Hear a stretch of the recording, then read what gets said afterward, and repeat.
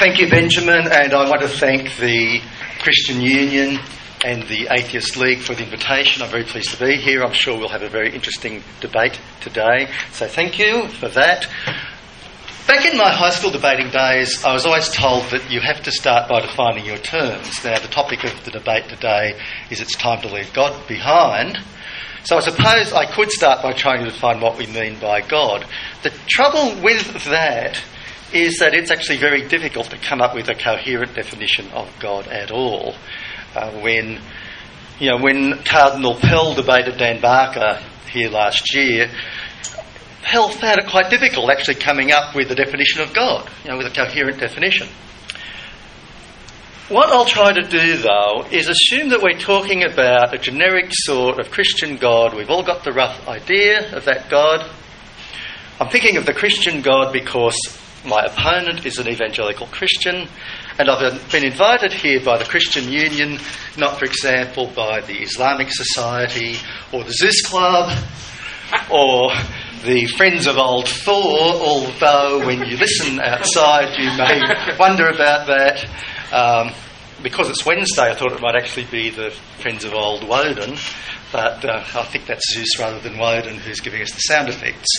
The generic sort of Christian God that I have in mind is the usual sort of God with the usual sort of attributes, a personal, supernatural, providential being that created the universe and has the usual sort of attributes such as omnipotence, omniscience, and all goodness and particularly all benevolence.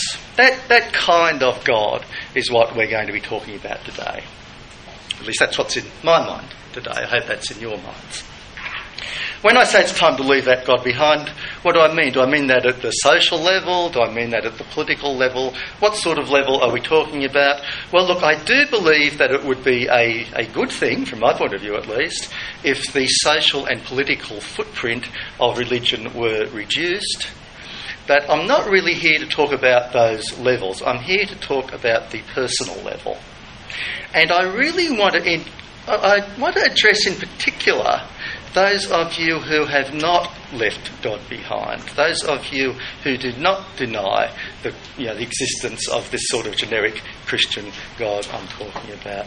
How many of you here, if you're prepared to put your hands up, how many of you here do actually already deny the existence of that God? I'd just like to get an idea of, okay, well, we've got, there's the lions and the rest of you are Daniels, right? I'm the lion in a den, more of Daniels than of other lions, but that's okay. The Daniels will largely be for the Christian Union, or maybe some of you are neutral and just interested to hear. I will be addressing myself today very much to the Daniels. What I have to say might reinforce the view of the lions. It might reinforce your reasons for, not believing in that generic Christian type God. But I particularly want to address myself to the Daniels in the audience, to the people who do believe in that generic sort of Christian God. And I want to say to you why you should have serious doubts about the existence of that God. So much so that it really is time that you change your mind about it. Look into it maybe first, but really it's getting to the point where you should change your mind about it. You're the people I particularly want to address. And the main thing I want to say to you is this. If you did not come here today with that belief, if you came here today just as a rational, well-informed, open-minded, intellectually honest outsider to that belief, would you find that belief convincing? I'm going to suggest to you that you wouldn't. I'm going to put some reasons why that's the case. And I want you to ask yourself 3 questions as you hear this debate go on today. Why do you believe in that generic Christian type God, if that's your position?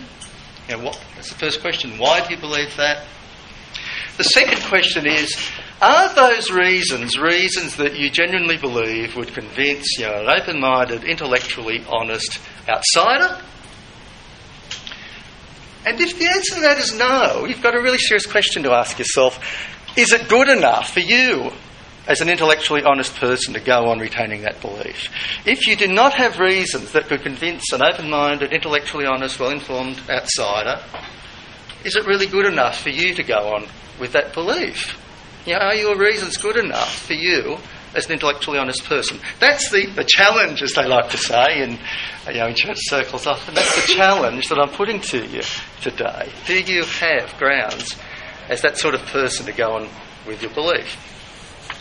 Well, having said that, is the onus really on the non-believer or is it on the believer? What I want to suggest to you is if you came along as an open-minded, intellectually honest, rational person, hearing about these Christian doctrines, hearing about this God who sounds on the face of it to be a mythological being like Thor or Woden, as that sort of person, that seems a pretty bizarre belief to have in this kind of age. This is not, a superstitious pre-scientific age. On the face of it, that's a pretty bizarre belief to have. And the kind of beliefs that go along with it in Christianity are also pretty bizarre when you look at them from the outside. Beliefs such as the belief that Jesus of Nazareth was somehow entirely God and yet at the same time entirely human, whatever that means. Wars have been fought over what that means. Nobody knows what that means. It doesn't make sense. Beliefs such as the belief that Jesus of Nazareth somehow died for your sins, somehow took his sins upon himself and died for them, and as they say, you were washed in the blood of the Lamb. That does not make sense. Imagine you're a judge, you're in court, you're a judge, there's a murder trial, the murderer is found guilty, you have to sentence this person. What do? You go home and you kill your son and you come back, you say to the murderer, my son has died in your place, you can now go free. That's a crazy idea. If you looked at this idea as a rational, intellectually honest outsider, you would find that idea bizarre. You would need some pretty good reason why you should take up that idea and the God that goes with it. So I say to you, if you were that kind of person, a rational, intellectually honest person, you would not be able to justify this.